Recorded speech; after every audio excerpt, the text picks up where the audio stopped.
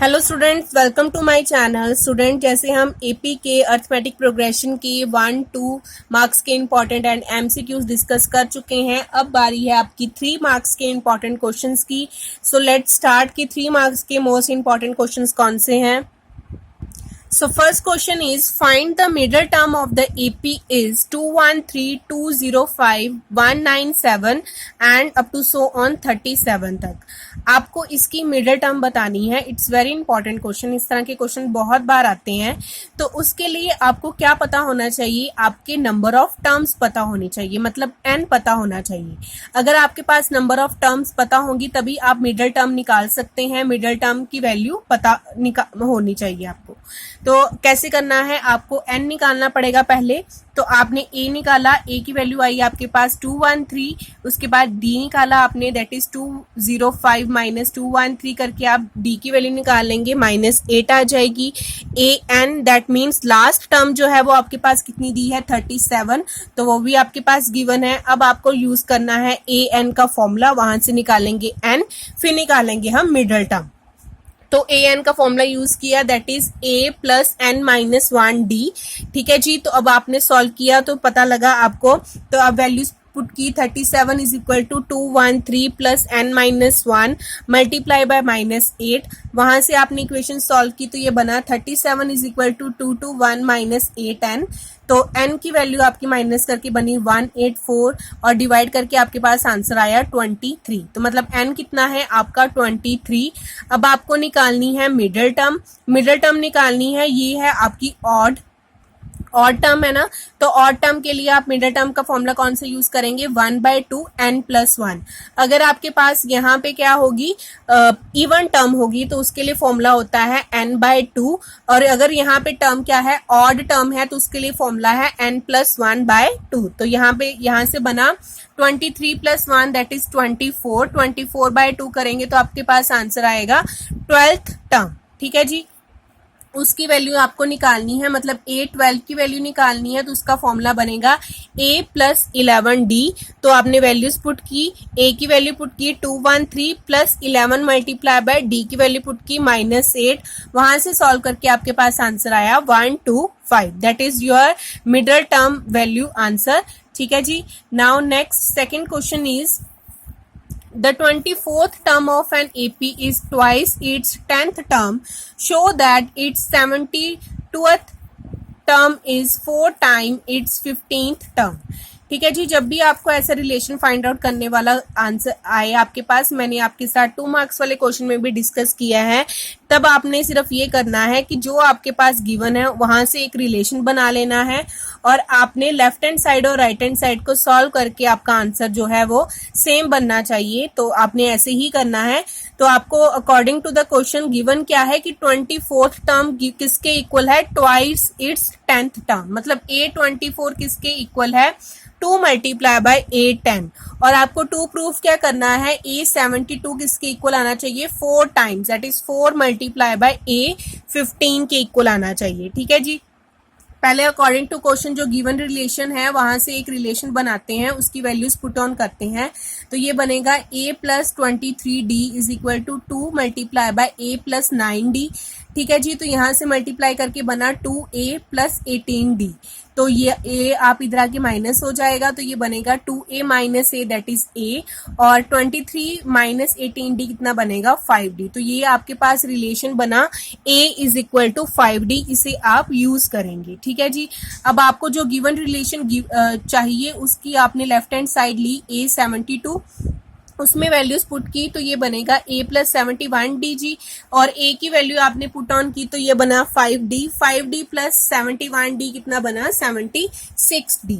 इसी तरह आपने राइट हैंड साइड सॉल्व की तो ये बना 4a15। 4 ब्रैकेट में a plus 14d। 4 multiply by ये बना a की वैल्यू आप पुट ऑन कर दीजिए, 5d प्लस 14d तो ये बना 19d। यहां से सॉल्व करके भी आपके पास आंसर कितना आया? 76d। That means your left hand side is equal to right hand side, so your relation is valid. Now third question is, the sum of first 3 terms of an AP is 48. If the product of first and second term exceeds 4 times the third term by 12, find AP. ठीक है जी। अब आप statement ध्यान से पढ़िए। आपको 3 terms निकालनी है जिनका सम आपके पास 48 गिवन है और एक रिलेशन गिवन है आपके पास। मतलब आपको 3 टर्म्स जो हैं वो लेट करनी पड़ेंगी और उसको लेट करना आपने बड़े ध्यान से करना है ताकि आपके पास कोई रिलेशन बन सके। अब आपके पास पता है एपी ए से शुरू होता है, ए प्लस डी होता है, ए प्लस 2d होता है। लेकिन अगर आप जैसे आपके इंटीजर्स होते हैं, बीच में आपका 0 होता है, इधर होता है माइनस, इधर होता है +1, इधर 2, इधर -2। ठीक है जी। उसी तरह सेम आपकी एपी का भी चलता है। एपी में भी क्योंकि आपने डिफरेंस जो है वो सेम लेना होता है तो बीच में आपका ए आएगा। अगर इधर आपका a प्लस डी आ रहा है तो इधर क्या आ सकता है, a माइनस डी। इधर अगर आपका a प्लस 2d आता है तो इधर क्या आ सकता है, a माइनस 2d आ सकता है। अब मैंने ये वाली 3 टर्म्स क्यों ली हैं, ताकि अगर मैं इनका सम यूज करूं तो मेरे पास d और माइनस डी क्या हो जाए, कट हो जाए और मेरे पास a की वैल्यू आ जाए। क्योंकि 2 वैल्यूज निकालना बड़ा मुश्किल होगा, ए और डी को निकालना, वहां से रिलेशन बनेगा, एक यहां से रिलेशन बनेगा, तो सॉल्व करना बड़ा मुश्किल हो जाएगा। आप वो भी कर सकते हैं लेकिन लेंथी बहुत होगा। तो मैंने क्या किया है, आप अपने ऐसे 3 नंबर सेलेक्ट कर लिए ताकि मेरा सॉल्व करने वाला मेथड जो है वो इजी हो जाए। तो मैंने यूज की है a minus D, A plus D. तो यहां से अगर मैं इनको प्लस करूंगी तो मेरे पास a की वैल्यू आ जाएगी। तो इन तीनों को मैंने प्लस किया, उसका आंसर कितना दिया है 48। तो यहाँ से आया 48। तो आपके पास जब आपने प्लस किया तो d और माइनस डी कट गए, तो यहाँ से सिर्फ क्या बचा, 3a बचा। और a की वैल्यू आपके पास सॉल्व करके कितनी आ गई, 16। तो इसलिए अगर आप ऐसे टर्म्स यूज करेंगे तो आपका क्वेश्चन जो है वो सॉल्व हो जाएगा। आगे आपको कहा है कि product of first and second term कीजिए और वो किसके एक्सीड है, 4 times the third term by 12। मतलब 12 जो है वो ज्यादा है किससे, third. So according to the question मैंने फर्स्ट एंड सेकंड टर्म को क्या किया, मल्टीप्लाई किया, a minus D multiply by a, और थर्ड टर्म को 4 के साथ मल्टीप्लाई किया, 4 टाइम्स लिखा था, और एक्सीड किससे हो रही है, वो 12 से हो रही है, तो प्लस क्या कर दिया, 12 कर दिया। ठीक है जी। अब आप a की वैल्यू इसमें डाल सकते हैं। जैसे ही आप a की वैल्यू डालेंगे तो आपके पास d की वैल्यू आ जाएगी। अगर आप वो को ना यूज करते तो आपको इक्वेशन सॉल्व करनी पड़ती, तो वो क्वेश्चन लेंथी हो जाता। तो यहाँ से सीधा आपने a की वैल्यूज पुट ऑन की, मल्टीप्लाई किया, दोनों तरफ सॉल्व किया, तो d की वैल्यू आई आपके पास 9। अब आपके पास नंबर्स क्या बन जाएंगे, a माइनस डी किया था, that mean 16 minus 9। Next is a की वैल्यू आई थी 16 और a प्लस डी किया था, दैट इज 16 प्लस 9। वहां से सॉल्व करके आपके पास आंसर आया 7, 16 एंड 25। ठीक है जी। Now next fourth question is, each year a tree grows 5 centimetre less than its grew the preceding year. If he grew by 1 meter in the first year, then in how many years will growing? ठीक है जी। तो आपको क्या given है कि आपका जो tree है वो ग्रो कर रहा है 5 centimetre less then the preceding. 1 साल से आपका जो है वो लेस हो जाता है, 5 सेंटीमीटर कम हो जाता है। 5 सेंटीमीटर को आप मीटर में कन्वर्ट कर लेंगे क्योंकि आपका जो फर्स्ट ईयर का है ग्रोथ वो कितनी है, 1 मीटर है। तो 1 से शुरू करेंगे तो ये इसको भी आपने मीटर में कन्वर्ट कर लिया तो ये बनेगा 0.05 मीटर। अब हर साल में आपको कितना माइनस कर देना है, 0.05 मीटर माइनस कर देना है। तो ये बनेगा 1 माइनस 0.05, सेकेंड टर्म बनेगी। थर्ड टर्म क्या बनेगी आपकी, 1 माइनस 2d बनेगी।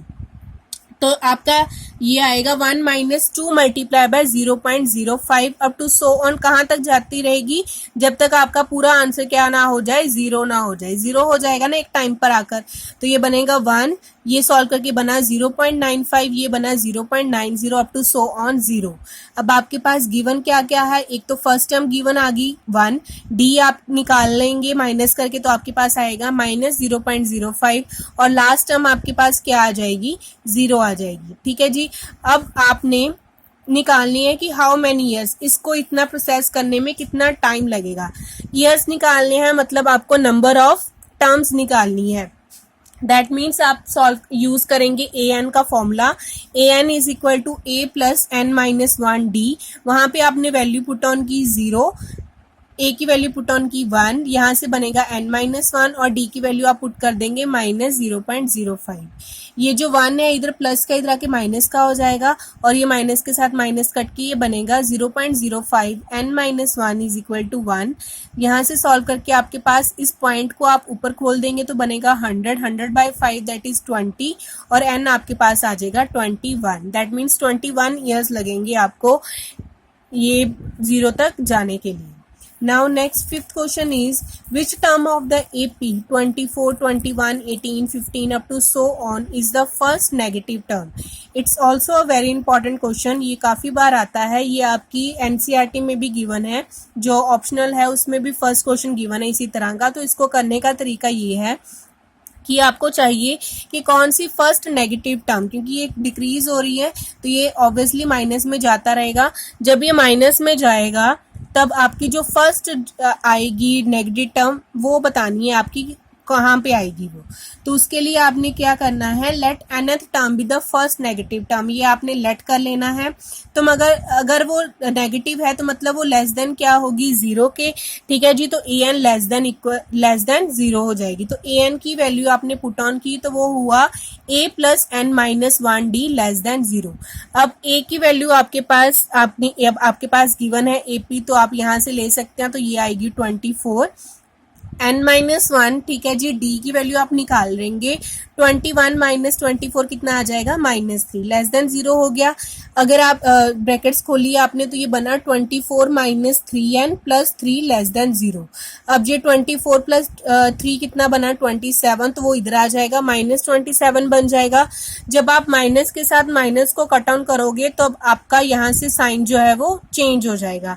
3n ग्रेटर देन 27 और आप कट करोगे तो 3 ग्रेटर देन 9, मतलब n जो है वो आपका ग्रेटर देन क्या होगा 9। मतलब अगर आपका 9 से जो है वो n क्या है आपका बड़ा है, तो इसका मतलब ये हुआ कि जो आपकी फर्स्ट नेगेटिव टर्म आएगी वो कौन सी होगी, 10th टर्म होगी। जो 10th टर्म होगी वो आपकी नेगेटिव टर्म होगी, ठीक है जी।